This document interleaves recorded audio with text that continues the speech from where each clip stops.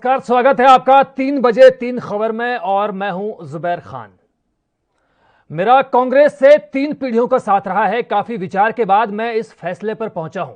सवाल यह नहीं है कि मैं किस दल को छोड़कर जा रहा हूं, सवाल यह है कि मैं किस दल में जा रहा हूं और क्यों जा रहा हूं। कांग्रेस छोड़कर बुधवार को दिल्ली में भारतीय जनता पार्टी की सदस्यता लेने वाले उत्तर प्रदेश के नेता जितिन प्रसाद ने जो सवाल पूछा उसका जवाब भी एक तरह से खुद ही दे दिया। उन्होंने कहा कि मैंने 8-10 साल से महसूस किया है कि अगर आज कोई असली मायने में राजनीतिक दल है जो संस्थागत है तो वो है भारतीय जनता पार्टी। बाकी दल तो व्यक्ति विशेष या क्षेत्रीय हैं। राष्ट्रीय दल के नेता भारतीय जनता पार्टी में हैं। जितिन प्रसाद ने केंद्रीय मंत्री पीयूष गोयल और भारतीय जनता पार्टी के नेता अनिल बलूनी की मौजूदगी में जो सवाल उठाए उनसे हफ्तों बाद यूपी की राजनीति में सवालों की सुई सत्ताधारी भारतीय जनता पार्टी से हटकर कांग्रेस की तरफ चली गई। हालांकि कांग्रेस ने अपनी पहली प्रतिक्रिया में जितिन प्रसाद के कदम को विश्वासघात बताया। जितिन प्रसाद की गिनती कांग्रेस के कद्दावर युवा नेताओं में होती थी। पिता की सियासी विरासत संभालने वाले जितिन प्रसाद केंद्र की मनमोहन सिंह सरकार में मंत्री रहे थे। उन्हें कांग्रेस के पूर्व अध्यक्ष राहुल गांधी और पार्टी महासचिव यानी प्रियंका गांधी वाड्रा का करीबी भी माना जाता था। उधर बीते कुछ हफ्तों से कई राजनीतिक सवालों के केंद्र में रहे उत्तर प्रदेश के मुख्यमंत्री योगी आदित्यनाथ ने जितिन प्रसाद का बीजेपी में स्वागत किया। भाजपा में शामिल होने के पहले जितिन प्रसाद ने गृह मंत्री अमित शाह से मुलाकात की और प्रेस कॉन्फ्रेंस में शाह को कर्मयोगी बताया। शाह ने भी कहा कि प्रसाद के आने से पार्टी यकीनन मजबूत होगी। अमित शाह ने ट्विटर पर लिखा, मुझे पूरा विश्वास है कि उनके पार्टी में शामिल होने से यूपी में भाजपा के जनसेवा के संकल्प को और ज्यादा मजबूती मिलेगी। जितिन प्रसाद को बीजेपी की सदस्यता दिलाने वाले पीयूष गोयल ने भी जितिन प्रसाद के मंत्री के रूप में अनुभव और कामकाज की सराहना की। लेकिन सवालों के बीच यह भी पूछा जा रहा है कि भारतीय जनता पार्टी जितिन प्रसाद को जितना कद्दावर बता रही है, क्या वाकई आज की तारीख में वो उत्तर प्रदेश की सियासी जमीन पर उतना असर रखते हैं? जितिन प्रसाद के पिता जितेंद्र प्रसाद कांग्रेस के बड़े नेता रहे हैं। जितिन ने उनकी विरासत को भी संभाला है। उन्होंने 2004 और 2009 में लगातार 2 बार लोकसभा चुनाव जीता, लेकिन उसके बाद से चुनावी राजनीति में वो कोई खास करिश्मा नहीं कर पाए हैं। पार्टी ने भी हाल फिलहाल उन्हें जो जिम्मेदारी दी है वहां वो उम्मीद के मुताबिक नतीजे देने में नाकाम रहे। पश्चिम बंगाल में हाल में हुए विधानसभा चुनाव में जितिन प्रसाद कांग्रेस के प्रभारी थे, जहां कांग्रेस की परफॉर्मेंस बेहद खराब रही। हालांकि सियासी हलकों में कई लोगों की राय है कि पश्चिम बंगाल में लड़ाई सीधी ममता बनर्जी की तृणमूल कांग्रेस और नरेंद्र मोदी की भारतीय जनता पार्टी के बीच थी, जहां जितिन प्रसाद के पास बहुत कुछ कर दिखाने का मौका नहीं था। जितिन प्रसाद ने खुद बताया है कि उन्होंने कांग्रेस छोड़कर भारतीय जनता पार्टी में शामिल होने का फैसला बहुत ही सोच विचार के बाद लिया है और ये कांग्रेस में उनके हालिया कदम से जाहिर भी होता है। जितिन प्रसाद किसी वक्त राहुल गांधी की टीम के प्रमुख सदस्य माने जाते थे, लेकिन बीते कुछ वक्त से वो पार्टी नेतृत्व से लगातार दूरी बनाए हुए थे। कांग्रेस में लीडरशिप पर सवाल उठाने वाले G29 या G23 समूह में जितने भी शामिल थे, उत्तर प्रदेश में विधानसभा चुनाव करीब हैं। चुनाव फरवरी 2022 में हो सकते हैं। लोकसभा चुनाव अभी 3 साल दूर हैं। ऐसे में जितिन प्रसाद के लिए विधानसभा चुनाव ही प्रदेश की राजनीति में खुद को जमाए रखने का अच्छा मौका हो सकता है।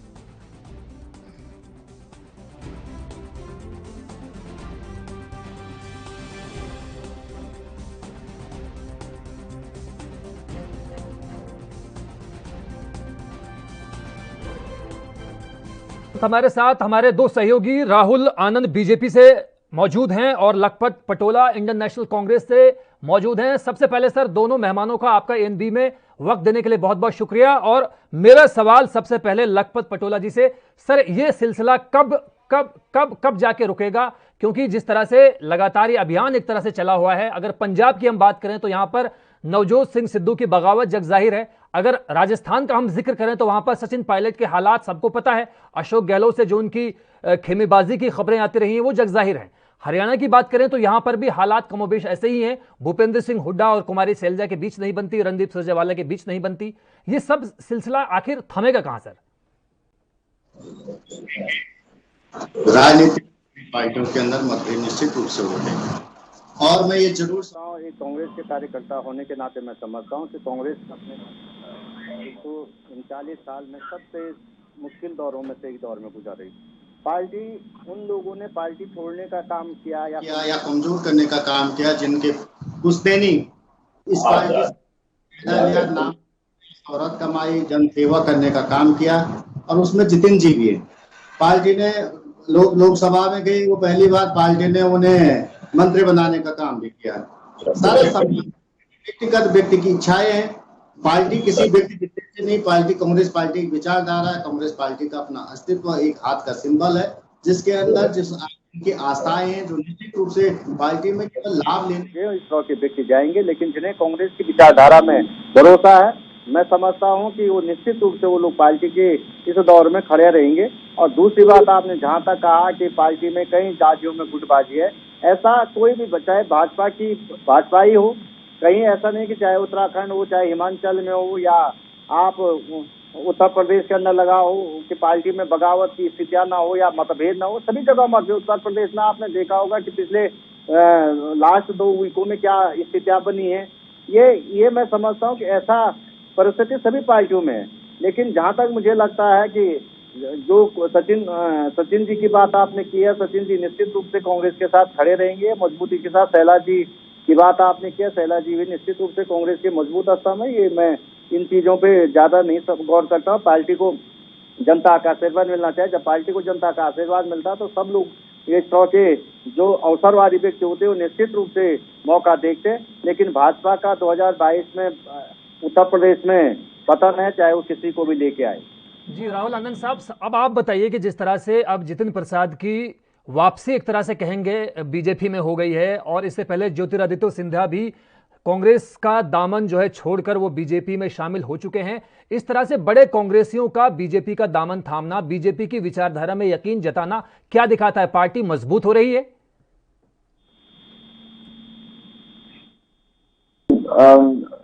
भरोसा दिलाना चाहूंगा कि किसी भी पार्टी को अपनी एक विचारधारा होती है, कार्य करने की एक पद्धति होती है, उनकी कार्य करने की एक श्रृंखला होती है कि आप जब मैनिफेस्टो जारी करते हैं या जब आप देश को लेकर जब आप सक्रिय रहते हैं और सक्रिय राजनीतिक में अच्छे और खास करके उन फैसलों को आप लेते हैं जिसे लोग छूने से डरते थे, तो कहीं ना कहीं ये अस्पष्टता जरूर आती है कि आपको करने के लिए आपका जो सेनापति है वो यकीनन शक्तिशाली सेनापति है। अब सवाल उठता है नेतृत्व को लेकर, तो ये नई बात नहीं है। पटोला जी की एक बात से मैं सहमत हूं कि चुनाव के समय में लोग आते जाते रहते हैं, लेकिन आते जाते रहते हैं वो अलग बात है। लेकिन जब आपके पार्टी का कोई अगर गरिमामयी व्यक्ति, एक प्रसिद्ध चेहरा अगर आपको छोड़कर जाता है तो जरूर आपको एक बार होमवर्क करनी चाहिए। कहीं ना कहीं शीर्ष नेतृत्व में कुछ ना कुछ कमियां नजर आ रही होगी, तभी ये स्थिति बनती है। जो ज्योतिरादित्य सिंधिया जैसे भी अगर व्यक्ति बीजेपी का दामन थाम रहे हैं और वो हमारे साथ कदम से कदम मिलाकर आगे बढ़ रहे हैं, तो ये चीज तो जरूर दिखता है कि जो सामंजस्य बैठनी चाहिए वो हमारे पार्टी में सामंजस्य बैठ पा रहा है, दूसरे पार्टियों में ये सामंजस्य की कमी हो रही है। या फिर कोई कहता है कि ये फैसला होनी चाहिए। एक तो सबसे अहम बात है जो परिवारवाद है, उससे सबसे पहले लोगों को बाहर निकलना होगा। और अभी कांग्रेस शुरू भी होती है गांधी परिवार से और खत्म भी होती है वहीं पे। इसकी वजह से देखो, एक डॉक्टर भीमराव अंबेडकर ने एक बहुत अच्छी बात कही थी, आज संविधान को सब लोग मानते हैं। उन्होंने कहा था कि राजा का बेटा राजा नहीं बनेगा, राजा वही होगा जो राजा बनने लायक होगा। लोग इस चीज पे ध्यान नहीं देते हैं। हम इस चीज को अपने में इस चीज को हमने ढाला है, तभी हमारा व्यक्तित्व निखर कर सामने आया है। और जिस प्रकार से अभी का जो समय बना है, सचिन पायलट जी की जो बातें की जा रही हैं, तो कहीं ना कहीं असंतोष की राजनीति जरूर है, मन में है। और उन्होंने राहुल गांधी जी और प्रियंका जी के बात को लेकर सुनकर तभी जाकर वो थोड़ा धैर्य रखे थे। हो सकता है कि कुछ ऐसी अंतरकला रही होगी जो बातें खुलकर अब सामने आ रही है जो पहले नहीं आई होगी। और मैं अभी भी ये चीज को कहता हूं कि हम आरोप प्रत्यारोप पे नहीं जाते हैं, हम आते हैं अपने मुद्दों को लेकर। हमने अपने मैनिफेस्टो में, या हम अभी किसान के भी साथ खड़े हैं, आप भ्रम की राजनीति के साथ खड़े हैं, हमने देश को एकाग्रता और सशक्त बनाने का काम किया, आपने इंटरनेशनल मीडिया का सहारा लेकर हमारे भारत की छवि को खराब किया। तो लोग देखते हैं, कोई भारतीय को अगर इस प्रकार की छवि देखनी पड़े तो यकीनन कहीं ना कहीं असंतोष तो पैदा हो ही जाएगा। जी, मैं आपसे जानना चाहूंगा, हमारे साथ मौजूद हैं लखपत बटोला साहब। जिस तरह से सर जितिन प्रसाद के संबंध देखे जाते हैं कि कांग्रेस के जो पूर्व अध्यक्ष रह चुके हैं यानी राहुल गांधी, उनके साथ बेहतर ताल्लुक थे, प्रियंका गांधी के साथ भी अच्छे संबंध थे, 2 बार मनमोहन सिंह की सरकार में कैबिनेट के हिस्से रहे थे जितिन प्रसाद। उसके बावजूद भी जो ये मतभेद थे, ये मनभेद थे, ये असहमति जो थी, ये क्यों नजरअंदाज की गई, इस पर क्यों गौर नहीं किया गया? अगर इसी तरह चलता रहा तो फिर तो उनका कहना सही हो जाएगा कि कांग्रेस तो एक क्षेत्रीय पार्टी बनकर रह गई है। चले जाएंगे जिन लोगों का अस्तित्व कांग्रेस के अलावा कुछ नहीं था, वजूद कुछ नहीं था, चाहे वो आप जितिन जी की बात कहें, चाहे वो सिंधिया जी की बात कहें, आज भाजपा में जाके कौन से वो मुख्यमंत्री बन गए, कौन से उनको कौन सा सम्मान मिल रहा है, ये मैं नहीं कह रहा हूँ। मैं ये जरूर कह सकता हूँ, ये केवल कांग्रेस के लिए वो जो दल बदलू है, जिन लोगों ने अवसरवाद के हिसाब से देखा है, वो पार्टी परख के मुश्किल समय में कौन कांग्रेस के साथ खड़ा है, ये देखने का एक समय है। मैं आपसे निश्चित रूप से कह सकता हूँ, भाजपा अपने को कहती है कि हम दुनिया के सबसे बड़े दल है, हमारे पन्ना प्रमुख से लेकर सारे के सारे संगठनी सेवा है। जिस तरह से इन्होंने अपने उत्तराखंड से लेकर उत्तर प्रदेश से लेकर पूरी पार्टी के अंदर बाहरी विचारधारा के लोगों को भरा हुआ, चाहे वो आपने बंगाल में देखा होगा। मैं समझता हूँ कि अपनी विचारधारा खड़ी करने के बजाय जिस तरह से लोगों को लालच दे करके, जिस तरह से लोगों को डरा धमका कर, जो कुछ लोग डर के जा रहे हैं, कुछ लोग लालच से जा रहे हैं, ये भाजपा की नीति नियत है। मैं समझता हूँ उत्तराखंड में हमने 2016 में देखा था कि इस तरह के सरकार के विधायकों और मंत्री को 5-5 से 10-10 करोड़ में खरीदने का काम किया है, सरकार को स्थिर करने का काम किया गया। ये लोकतंत्र के लिए बहुत अच्छा नहीं है। लेकिन मैं ये कह सकता हूँ, जहाँ तक आपने कहा है मान्यवर ने कि परिवारवाद, लोकतंत्र में राहुल गांधी लगातार और सोनिया गांधी जी लगातार जनता के द्वारा चुने जाते हैं। पार्टी में कोई ऐसा नहीं कि हमारे पार्टी में राहुल गांधी जी प्रधानमंत्री बन गए, सोनिया गांधी जी प्रधानमंत्री बन गए। ये मैं आपसे ये कह सकता हूँ मान्यवर कि जिस तरह से आरएसएस में परिवारवाद है और आरएसएस के 100 साल होने वाले हैं और आरएसएस में केवल 5 प्रमुख बने हैं और उनके कमांड में पूरी बीजेपी है। आरएसएस के प्रमुख की तो छोड़ दे, उनका जो संगठन मंत्री होते हैं उसकी कमांड में पूरी सरकारें होती हैं। तो इस तरह की डिक्टेटरशिप कांग्रेस में नहीं। कांग्रेस एक लोकतांत्रिक पार्टी है। आपने अंबेडकर जी को कोट किया था, ये अंबेडकर, ये संविधान भी कांग्रेस ने बनाया, इस देश को आजाद करने का काम भी कांग्रेस ने किया। जिस भारत माता की आप बात करें, 527 सियासतों को मिलाकर भारत माता भी कांग्रेस ने बनाई। इसमें आरएसएस और बीजेपी का कोई योगदान नहीं मान्यवर, ये समझने वाली बात है। और आज आप ब्रांडिंग करके जिस तरह से चाहते थे कि हिंदुत्व का एक आपने जिस तरह से घोल बना के लोगों को नारे दे के, जुमले दे करके सत्ता में आए हैं, मैं ये कोविड ने भी दिखा दिया, बेरोजगारी ने दिखा दिया, महंगाई ने दिखा दिया, भ्रष्टाचार ने दिखा दिया है कि भाजपा का नीति और नियत चाल चरित्र क्या है, ये जनता देखेगी। मैं जरूर कह सकता हूँ मान्यवर आपसे एक बात कि बड़ा नेता जनता बनाती है, और जब लोग जनता की मोहर लगती है किसी लोकतांत्रिक प्रक्रिया में किसी व्यक्ति पर, तो निश्चित रूप से चाहे वो जब निचले जमीनी स्तर से आया हुआ हो, चाहे किसी पूर्व मंत्री और पूर्व मुख्यमंत्री का बेटा हो, लोकतंत्र में जनता की अदालत में सबको जाना पड़ता है। कांग्रेस को आज बदलने के लिए लोगों ने नई चीज को देखना चाहा, नई सरकार को देखना चाहा, लेकिन जिस तरह से खाने का तेल आज 60 रुपए से 260 रुपया हो गया है, जिस तरह से डीजल पेट्रोल की महंगाई हो गई, जिस तरह से जीडीपी गिरी है, जिस तरह से सबसे ज्यादा बेरोजगारी हिंदुस्तान के अंदर है, और माने जिस तरह से गंगा के अंदर लोगों के लाश हजारों लाशें बह रहे, और आप कह रहे हैं कि इंटरनेशनल मीडिया में कांग्रेस ने बदनाम कर दिया। आपकी सरकार को माने प्रधानमंत्री जी को सुन लीजिए, प्रधानमंत्री जी को चैनलों पर रोने के लिए नहीं भेजा गया था। जिस तरह से वो कह रहे थे मैं 56 इंच का सीना है मेरा, और मैं जब कांग्रेस के टाइम पे क्रूड ऑयल 156 रुपया पर डॉलर था, बैरल था, और आज 32 रुपया डॉलर पर बैरल क्रूड ऑयल आया, तब 100 रुपये से पार जा रहा है। प्रधानमंत्री जी कहते थे 2 रुपया सस्ता हुआ, कि सस्ता हुआ तो किसका भाग्य है, आज महंगा हुआ तो किसका भाग्य है, 7 कोरोना में सैकड़ों लाखों लोग मर गए तो किसका भाग्य है। जब आप भाग्य की बात करते मान्यवर, आप भाग्य विधाता नहीं, आपने जनता ने आपको इसलिए चुना था कि आप कांग्रेस से बेहतर गवर्नेंस देंगे, आप कांग्रेस से बेहतर नौकरियां देंगे, आप कांग्रेस से अच्छी जीडीपी लाएंगे, आप रुपया को कांग्रेस से अच्छी स्थिति में संभालेंगे। कंपेरिजन होगा, तुलनाएं होंगी, और इस तुलना में मैं समझता हूँ कि जिन बातों आप किसी को भी ले जाए, जनता ने यदि मूड बना दिया, बदलने का मन बना दिया, तो जनता ये नहीं देखती है कि बड़ा नेता है छोटा नेता है। अगर जितिन जी इतने बड़े नेता होते तो 2014 का चुनाव हारते, न 2019 का चुनाव हारते। ये मैं आपसे कह सकता हूँ, ये जनता की अदालतें हैं। मैं ये जरूर कहता हूँ कि भाजपा की उत्तर प्रदेश में आपने देखा जिस तरह से लगातार योगी और मोदी जी की और अमित शाह जी का अहम टकराव पे है, आज जिस तरह से इनकी मीटिंगें चल रही है, जनता इस कोविड काल में सब लोग अपने देश के स्वास्थ्य को देख रहे हैं, अपने देश में लोग बीमारियों को देख रहे हैं। तो ये चुनाव उत्तराखंड को लेकर चुनाव की प्रक्रियाओं में चुनाव की समीक्षा कर रहे हैं, उत्तर प्रदेश में समीक्षा कर रहे हैं। इनके लिए चुनाव और चुनाव जीतने के अलावा कुछ नहीं। कांग्रेस ये कहते हैं सेवा ही संगठन है, सेवा संगठन नहीं माने बाद जनता की सेवा, हिंदुस्तान की सेवा करते आप, तो निश्चित रूप से आपको इसलिए चुना गया है। आप संगठन की जो सेवा करें उससे देश का कोई भला होने वाला नहीं है। आप जनता की सेवा कीजिए, जनता ने आपको चुना है तो उस जनता की बेहतरी के लिए कुछ कीजिए। जिस जनता को आपने सड़कों पर रोने के लिए छोड़ दिया है, जिस जनता को आपने बेरोजगार बना दिया है, जिस जनता पे आपने महंगाई की मार दी है, जिस जनता को आपने सड़कों खाने लायक नहीं रखा है, जी लखपत जी रोकना चाहूंगा मैं आपसे, राहुल आनंद जी से जवाब लेना चाहूंगा। राहुल आनंद जी जवाब दीजिए लखपत जी को। देखिए, मैं लखपत जी का सारे बातों का जवाब देता हूं, लेकिन अब तक लखपत जी ने जितनी बातें कही हैं उसमें अभी भी उन्होंने भ्रम को जताया है सबसे ज्यादा, जो ये अक्सर करते आए हैं। ये भी एक टूल किट का हिस्सा है इनका। मैं आपको बता दूं, इन्होंने जीतन जी के बारे में और ज्योतिरादित्य सिंधिया जी के बारे में कहा। देखिए, हम उनको बुलाने नहीं गए थे, वो हमारे पास आए थे, हमारे विचारधारा से प्रेरित होकर आए थे, सबसे अहम बात। और दूसरी बात, अगर आपका एक पाया अगर टूटता है तो आप उसको ठीक करने का प्रयास कीजिए। कि तो फिलहाल एक वक्त ब्रेक का हुआ है, ब्रेक के उस पार भी जारी है चर्चा।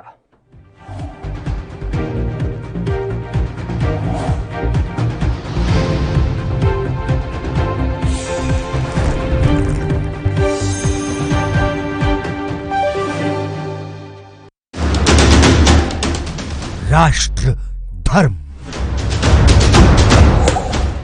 रात 8 बजे सिर्फ ANB न्यूज पर। क्या आप दुबले पतले कमजोर हैं? आपकी सेहत नहीं बनती, भूख कम लगती है, वजन नहीं बढ़ता? दरअसल मेन बात खाना पीना खाना नहीं है, मेन बात है खाया पिया लगना। और अगर खाया पिया लगेगा ही नहीं तो सेहत बनेगी कैसे?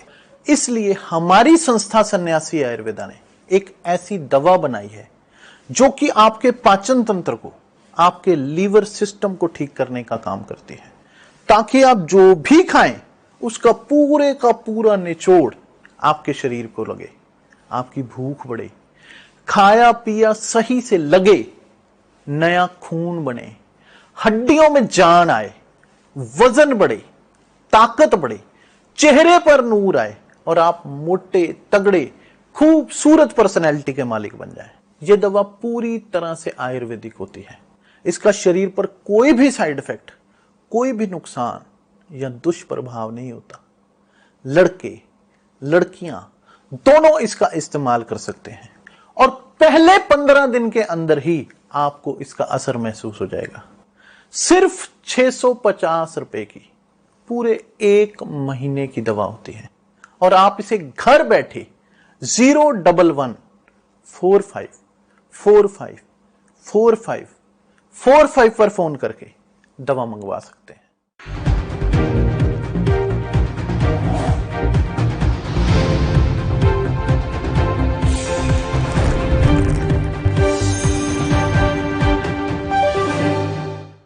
तो ब्रेक के बाद स्वागत है आपका। हमारी चर्चा लगातार जारी है इस बात को लेकर कि जितिन प्रसाद जिस तरह से कांग्रेस को छोड़कर बीजेपी के खेमे में जा चुके हैं, उसके बाद ये सिलसिला कहां जाकर थमेगा। मैं राहुल आनंद जी, आपका जो जवाब था उसी जवाब से बात को आगे बढ़ाना चाहूंगा। आपने परिवारवाद का जिक्र किया, आपने बहुत इस पर जोर दिया, लेकिन जितिन प्रसाद के ही परिप्रेक्ष्य में अगर हम इस बात को समझे तो जितिन प्रसाद का 3 पीढ़ियों का परिवार पॉलिटिक्स में है, तो क्या इसमें परिवारवाद आपको नजर नहीं आता?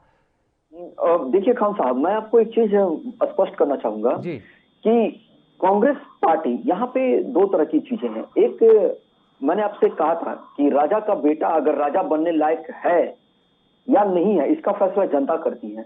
और अगर जीतन जी के यहाँ लगातार 3 पीढ़ी से लोग आ रहे हैं तो हो सकता है कि जनता ने उनको स्वीकार किया तभी वो आ रहे हैं। जनता उनको ना कर देगी तो जिन पर आप इल्जाम लगा रहे हैं, जिन पर आप आरोप लगा रहे हैं, उनको भी तो जनता ही चुनती है ना। अब मैं आपको बताता हूँ। देखिए, इस पे मैं आपको बताना चाहूंगा कि कांग्रेस, पटोला जी ने जितनी बातें की है मैं उसको एक एक करके उसका उत्तर दे देता हूँ। इन्होंने जो बात की जीतन जी को और ज्योतिरादित्य सिंधिया जी को लेकर बातें की, तो इनके एक मजबूत स्तंभ थे और युवाओं की अच्छी पकड़ थी। अगर आपके मजबूत स्तंभ हिलता है, अगर आपका पिलर टूटता है, तो आप ये चीजें को पिलर कैसे बचेगा, ना कि ये कहकर आप मीडिया के सामने निकल सकते हैं कि उनकी तो हमें आवश्यकता ही नहीं थी। तो ये बात गलत है, यहीं पे कांग्रेस मात खा रही है। दूसरी बात मैं बता देता हूँ, इन्होंने कहा कि बंगाल से लेकर हर जगह अगर देख लिया जाए तो इन्होंने क्या स्थिति पैदा कर दी है। बंगाल में तो सबसे बड़ा सांप्रदायिकता है, हम पे तो इल्जाम लगते रहे हैं, लेकिन अगर देखा जाए वहां पे तो टीएमसी जिस प्रकार से सरकार चला रही है चुनाव जीतने के बाद से, वहां यहाँ उनको लोकतंत्र दिखाई देता है। लेकिन भाजपा शासित प्रदेश में अगर इस प्रकार की कहीं भी हल्की भी अगर फुहार आ जाए तो सांप्रदायिकता कहने लगते हैं। ये इनका रवैया है, जो डीएनए में, जो पॉलिटिकल डीएनए में जो गड़बड़ी है वो यहाँ पे इनको दिखता है। और इन्होंने कहा कि शायद आप भूल रहे हैं कि बंगाल विधानसभा चुनाव में कांग्रेस की कमान इन्हीं जितिन प्रसाद के हाथों में थी। जितिन प्रसाद बंगाल में कांग्रेस की तरफ से प्रभारी थे। इसका मतलब तो वो भी सांप्रदायिक हो गया आपकी नजर में। अब वो बीजेपी में हैं तो अलग बात है।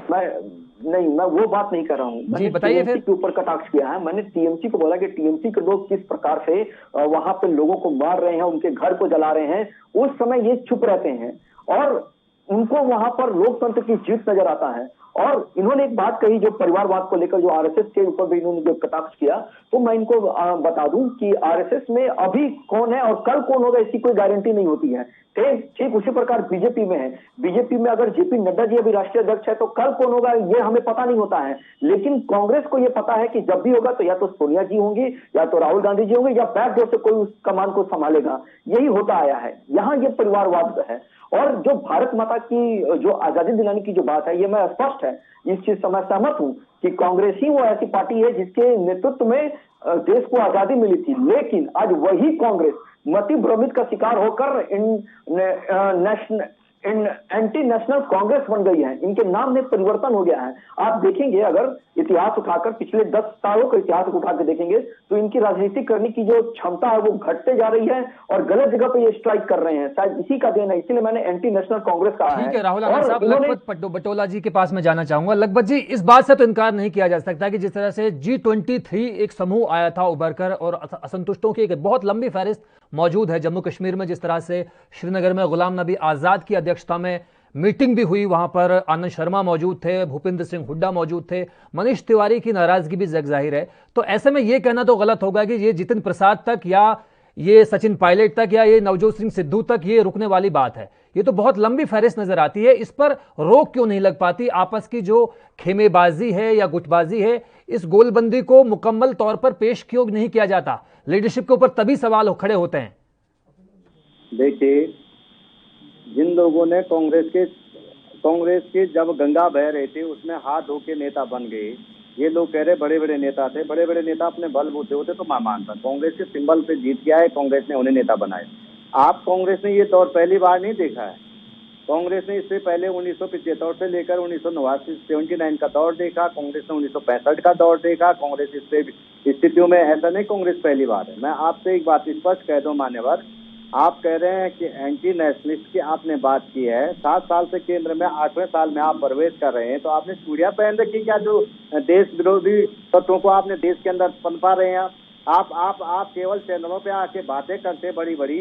मैंने आपसे ये पूछा कि देश का इससे बड़ा गद्दार देश का कौन होगा कि जो देश की जीडीपी को -24% ले जाने का काम कर रहा है? लखपत बटोला जी और आनंद जी, आप दोनों मेहमानों को बहुत बहुत शुक्रिया। फिलहाल वक्त एक और ब्रेक का हुआ है। ब्रेक के उस पार भी खबरों का सिलसिला लगातार जारी है।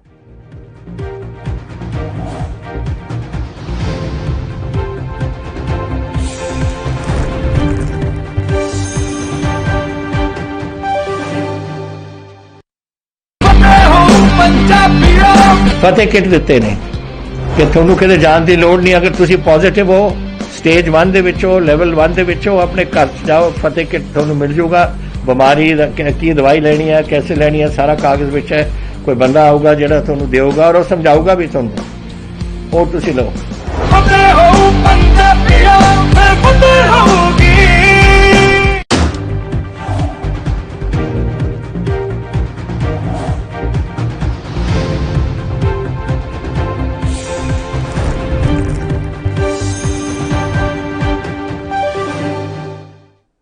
तो ब्रेक के बाद स्वागत है आपका। बांग्लादेश के वित्त मंत्री AHM मुस्तफा कमाल ने हाल ही में संसद में बयान दिया है कि अगर कोई कंपनी अपने यहां कुल कर्मचारियों में 10% या कम से कम 100 ट्रांसजेंडर्स को काम पर रखती है तो उसे टैक्स में सीधे छूट मिलेगी।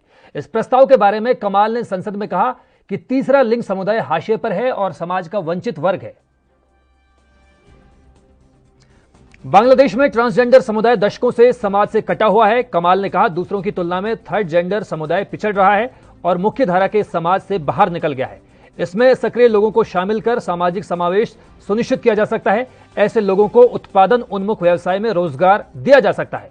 अधिकार कार्यकर्ताओं का कहना है कि दक्षिण एशियाई देशों में ट्रांसजेंडर अक्सर कम उम्र में ही अपना घर छोड़ने के लिए मजबूर हो जाते हैं। उन्होंने यह भी कहा कि उन्हें ना तो अच्छी शिक्षा मिल पाती है और ना ही नौकरी। आखिरकार उन्हें भीख मांगकर या गरीबी में अपना जीवन बिताना पड़ता है। पिछले साल नवंबर में राजधानी ढाका में किन्नर समुदाय के लोगों की इस्लामी शिक्षा के लिए केंद्र खोला गया था। इसके मौलवी अब्दुल रहमान आजाद कहते हैं जो लोग ट्रांसजेंडर होते हैं वो भी इंसान होते हैं, उन्हें भी शिक्षा का पूरा अधिकार है, उन्हें भी सम्मानजनक जिंदगी जीने का अधिकार है। बांग्लादेश सरकार का अनुमान है कि देश में 11,500 ट्रांसजेंडर्स हैं, जबकि अधिकार समूहों का कहना है कि उनकी आबादी 1 लाख से ज्यादा है। 2013 में सरकार ने ऐतिहासिक फैसले में LGBT+ को तीसरे लिंग की मान्यता दे दी थी, लेकिन उनकी हालत में इंप्रूवमेंट नहीं हो पाया और समलैंगिक सेक्स अब भी गैर कानूनी है। अधिकार समूहों ने नए प्रस्ताव का स्वागत किया जिसके संसद से पारित होने की उम्मीद अब जताई जा रही है, लेकिन समूहों ने सरकार से सुनिश्चित करने का आग्रह किया कि प्रस्ताव ठीक से अमल में लाया जाए। अधिकार समूह संप्रोकर नोया सेतु की जोया शिकदर कहती हैं ऐसी कई घोषणाएं हैं जो कि ट्रांसजेंडर समुदाय के सपोर्ट में की जाती हैं, लेकिन उनमें से ज्यादातर योजनाएं काम नहीं करती। सरकार को इन योजनाओं पर नजर रखने की जरूरत है।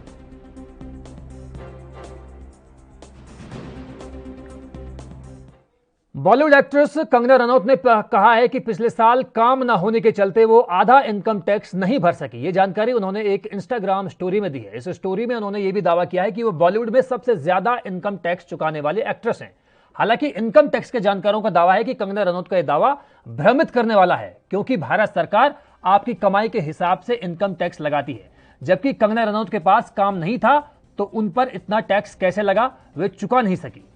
वैसे कंगना इनकम टैक्स के मुद्दे पर काफी एक्टिव रहती हैं। देश में कम लोगों के इनकम टैक्स चुकाने पर उन्होंने चिंता जताई है। हाल ही में एक्ट्रेस तापसी पन्नू और फिल्मकार अनुराग कश्यप के ऑफिस पर आयकर विभाग के छापे के बाद उन्होंने कई ट्वीट कर दोनों को टैक्स चोर और गद्दार कहा था।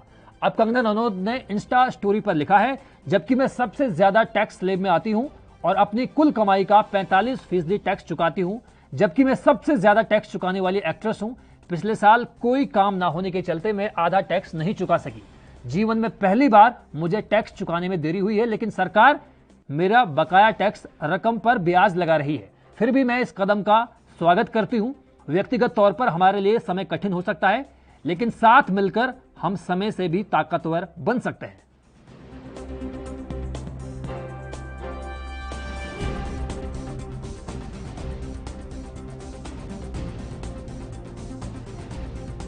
तो आप देख सकते हैं कि कंगना रनौत ने इनकम टैक्स को लेकर अपने सोशल मीडिया अकाउंट्स पर यह जानकारी दी है कि इस बार काम नहीं होने के चलते उनको टैक्स चुकाने में थोड़ी देरी हुई, जिसके लिए वो माफी भी मांग रही हैं। हालांकि उन्होंने ये भी कहा है। तो फिलहाल इस बुलेटिन में इतना ही। मुझे दीजिए इजाजत। नमस्कार।